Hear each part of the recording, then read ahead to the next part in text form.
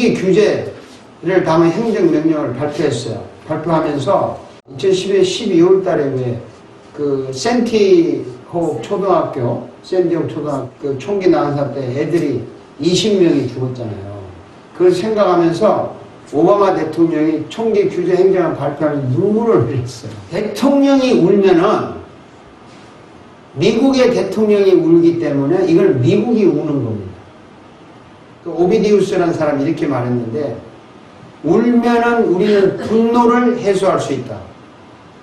눈물은 흐르는 시내처럼 가슴을 씻어낸다.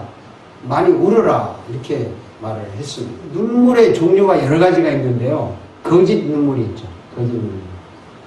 장례식이 끝났는데 남편이 화장실에 탁 들어가가지고 이제는 자유다 하면서 쓱 웃었대잖아요. 거기서는 막 울다가 후회의 눈물이 있어요. 아무리 흘려도 때려든 눈물이죠. 소용없는 눈물이 있는데 성경에 히브리서 12장 17절에 이런 구절이 나옵니다. 한번 읽어보겠어요? 너희가 아는 바와 같이 그가 그 후에 축복을 이어받으려고 눈물을 흘리며 구하되 어린 바가 되어 회개할 기회를 얻지 못하였느니라. 기회가 없어요. 눈물. 이게 누구냐면 야곱하고 에서가 쌍둥이입니다. 에서가 형이고 야곱의 동생인데 그 한치 먼저 나온 에서가 장자권을 가지고 있죠. 장남권. 아버지의 재산을 다 이어받을 수 있는 권리가 있는데 어느 날 사냥 갔다 와서 배가 너무 고픈데 동생 야곱이 집에서 팥죽을 끓여요. 그래서 야 아우야 팥죽 한 그릇 다오.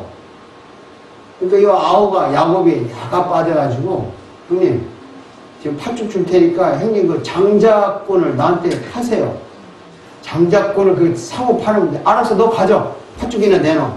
그리고 팥죽을 먹었어요. 그런데 너 가져라는 말 한마디 때문에 장자권이 실제로 동생에게 넘어갔어요. 나중에 아버지가 동생에게 축복을 막 하는데 이 형이 나에게도 좀 권리를 주세요 할 때 너희가 아는 바와 같이 그가 그 후에 축복을 이어받으려고 눈물을 흘리며 구하되 버림바가 되어 회개할 기회를 얻지 못하였느니라. 후회의 눈물이죠. 떼어진 눈물이죠. 근데 기회의 눈물이 있어요. 눈물을 흘리면 바로 회복이 되는 그런 눈물이 있어요. 그것은 베드로의 이야기입니다. 마태복음 20장 75절인데 한번 읽어보시죠. 이에 베드로가 예수님 말씀에 부르짖으되 우리가 세상을 그리느냐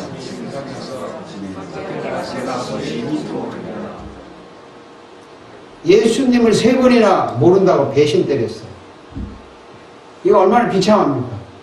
그런데 예수님이 너 나 배신할 거다라고 한 말이 탁 생각이 나면서 밖에 나가서 심히 통곡을 했습니다.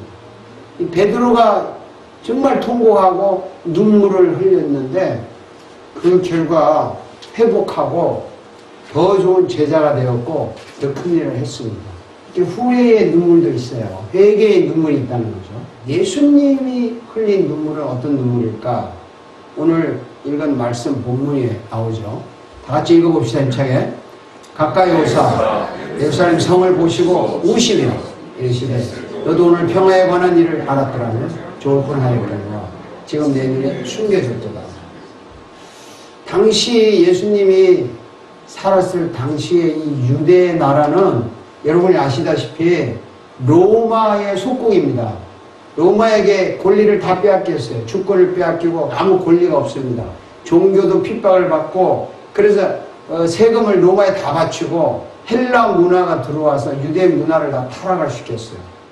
그러면서 평화의 길이 있는데도 사람들은 그걸 모르고 엉뚱한 길을 찾고 결국에 이 로마가 얼마나 강하게 유대를 핍박하고 박해를 했든지 마지막에 AD 70년이죠. 역사적으로 로마의 디도 타이러스 장군이 이끄는 군대가 예루살렘을 공격해가지고요. 돌 위에 돌 하나도 안 남기고 싹 쓸었어요. 불태워 없앴어요. 그 후로 지금까지 예루살렘이 없는 거죠. 도시가 없는 거죠. 예루살렘 성전도 없는 거고. 예수님이 그걸 보고 울었어요. 그 망할 걸 바라보면서 울었습니다. 옛날이나 지금이나 유대 시대, 로마 시대 그 상황이 지금도 똑같습니다, 여러분. 지금도 세계 각지에 억압받는 나라 많아요. 민족 많아요. 또 강대 국가들의 횡포가 많습니다. 그럼에도 불구하고 평화의 길이 뭐다 알 수 있어요. 그런데 외면하고 이게 눈앞에 닥친 거 먹고 사는 여기에 급급해가지고 인생을 망치고 있습니다. 마음은 점점 썩어져 가고 있어요, 사실은. 예수님이 예루살렘 성을 보고 울었다는 말은 그때 울었을 땐 그 예수님이 지금도 이 세상을 바라보고 울고 계신다는 거예요. 이렇게 가면 안 되는데 하고 울고 계신다는 겁니다. 예수님은 뿐만 아니라 한 개인을 향해서도 눈물을 흘리세요. 요한복음 11장 33, 35절인데 여러분 잘 아시잖아요. 나사로가 죽었어요. 나사로의 그 가족들이 예수님을 만났을 때 너무 슬퍼서 우니까 예수님도 함께 우는 겁니다. 한번 읽어봅시다. 예수께서 그가 우는 것과 또 함께 온 유대인들이 우는 것을 보시고 심령이 비통해 여기시고 불쌍히 여기사 예수께서 눈물을 흘리시다. 예수님은 한 개인의 아픔을 바라보시고 그 아픔을 함께 우시는 분이에요. 옛날에도 그렇고 지금도 그래요. 여러분 지금 개인적으로 아픔이 많죠? 슬픔이 많죠? 억울한 거 많죠? 예수님도 여러분을 보고 지금 여러분과 함께 울고 계시는 분이에요. 나의 슬픔을 예수님이 더 잘 아세요. 믿습니까? 이런 예수님을 우리는 믿고 있는 거예요. 성경에 예수님이 울었다는 거 단순히 뭐 인정이 많다, 동정이 있다 그런 걸 기록한 게 아닙니다. 예수님은 한 개인, 보잘것없는 나사로 같은 그 한 개인을 향해서도 예수님은 엄청난 눈물을 흘리시는 분이에요. 예수님이 눈물이 흘린 결과가 뭐냐? 놀라운 결과가 있는데 히브리서 5장 7절 힘차게 읽겠습니다. 그는 육체에 계실 자기를 죽음에서 능히 구원하시니 심한 통곡과 눈물로 강구와 소원을 올렸고 그의 경건하심을 말미암아 들으심을 예수님이 육체에 계실 때에 자기를 죽음에서 능히 구원하실 이에게 심한 통곡과 눈물로 간구와 소원을 올렸어요. 예수님이 무슨 소원을 올렸을까? 그래서 그의 경건하심으로 말미암아 들으심을 얻었다. 응답을 받았다. 그랬습니다. 예수님이 왜 이렇게 울었을까? 통곡했을까? 예수님은 그 눈물을 흘리면서 하나님께 간구했어요. 세상 사람들을 살려달라. 구원해달라. 저렇게 썩어가는 세상, 평화의 길을 잃어버린 세상, 이기심에 벅찬 세상 사람들, 저 사람들을 살려달라고 예수님이 눈물로 기도를 했다는 겁니다. 근데 그 사람들이 사실 누굽니까? 예수님 당시에 예수님을 따라다녔던 사람 굉장히 많아요. 줄줄줄 따라다녔어요. 기적을 행하고 먹을 걸 주니까 막 따라다녔어요. 병 고치니까 막 따라다녔어요. 압박받는 유대 민족을 구원할 자라고 믿고 메시아라고 믿고 막 하루 종일 따라다녔어요. 수많은 사람들이 따라다녔어요. 12 제자들은 3년 동안 같이 먹고 마시고 따라다녔어요. 그런데 예수님이 어려움을 당하니까 다 떠났어요. 예수님이 십자가를 질 때는 다 떠났어요. 예수님이 누구를 위해서 기도를 했냐면 바로 이렇게 자기를 버리고 떠난 그 정말 형편없는 사람들을 살려달라고 눈물로 간구했다는 겁니다. 하나님, 이 나를 배신하고 떠나는 저 사람들 벌주지 말고 살려주세요. 제가 대신 죽어줄 테니까, 제가 대신 벌을 받을 테니까, 제가 대신 십자가에 달려서 죄값을 지불할 테니까 그들을 살려달라고 눈물로 기도했다는 겁니다. 그 눈물의 기도를 하나님이 들으시고 하나님은 또 냉정하게 그 아들을 대신 죽였어요. 자기 아들을 십자가에 죽였어요. 그 예수가 죽음으로 우리가 살았어요. 우리가 용서를 받았어요. 구원함을 받았어요. 예수님의 눈물은 세상을 살리고 사람을 살리고 바로 여러분을 살렸습니다. 바로 여러분을 살렸어요. 바로 여러분을 살렸어요. 예수님은 그냥 우신 게 아니에요. 우리를 살리려고 울으셨는데 이런 성경이 나오죠. 예수의 뒤로 그 발밑에 서서 울며 눈물로 그 발을 적시고 자기 머리털로 닦고 그 발에 입 맞추고 향유를 부으니 이에 여자에게 이르되 내 죄사함을 받았느니라. 요즘 말로 하면 몸 파는 여자. 몸 파는 여자가 예수님이 그 저녁 식사하는 어떤 집에 초대받았는데 거기 찾아가서 향유, 비싼 향을 사서 발에다가 뿌리고 자기 머리카락으로 닦아주니까 사람들 욕을 해. 아니 더러운 여자가 여기 와서 왜 하냐 막 욕을 하는데 예수님이 그 여자의 그 눈물을 닦아주면서 내 죄사함을 받았느니라 이렇게 선포해 주는 거예요. 여기서 그냥 죄사함 받았다는 말이 우리는 단순한 말 같지만요, 당시에나 지금이나 여러분 그 몸파는 여자들을 보고 사람들이 손가락질 하잖아요. 그때는 완전히 쓰레기 취급하잖아요. 근데 너는 깨끗하다 그 뜻이에요. 죄사함 받았단 말이에요. 너 깨끗하다. 내가 너를 깨끗하다고 인정해 준다. 예수님의 눈물은 이 여인의 눈물을 해결해 준다 그 말이에요. 예수님이 눈물을 흘렸기 때문에 우리 인간의 눈물을 씻어준다는 것입니다. 아멘. 그래서 예수님의 눈물은 전 인간의 슬픔을 씻어주는 눈물이에요. 고통을 씻어주는 눈물이고, 마지막에 우리가 천국에 가서도 이런 말을 합니다. 다 같이 읽어봅시다. 모든 눈물을 그 눈에서 닦아주시니 다시는 사망이 없고 애통하는 것이나 곡하는 것이나 아픈 것이 다시 있지 아니하니 처음 것들이 다 지나갔습니다. 그 눈물을 씻어주는 거예요. 여러분들 눈물을 왜 씻어주느냐? 예수님이 자신이 눈물을 흘림으로 여러분이 눈물을 씻어주는 겁니다.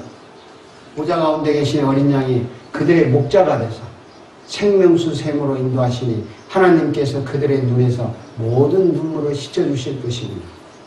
우리가 슬퍼서 눈물을 흘립니다. 억울해서 눈물을 흘립니다. 분해서 눈물을 흘립니다. 이 눈물을 누가 씻겨줄 것이냐? 진정한 눈물을 흘려보신 그 예수님의 눈물이 우리의 눈물을 씻어주실 걸 믿으시기 바랍니다. 아멘. 그래서 눈물이 아름다운 거예요. 예수님의 눈물이 귀한 거예요.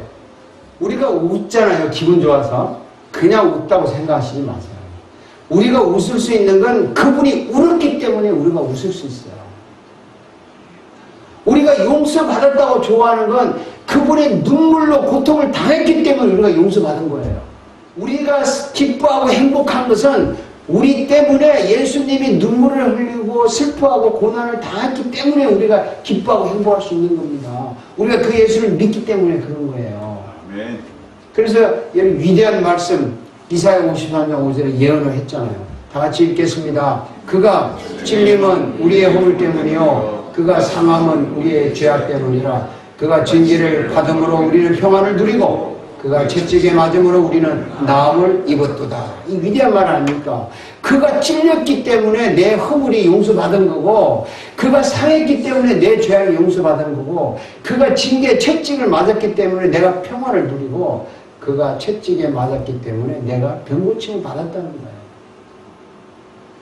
우리가 이 예수님을 믿습니다. 나를 위해서 눈물을 흘리는 분이 있다. 말은 안 해도 가슴에 벅차지 않아요? 나를 위해서 울어주는 분이 있구나.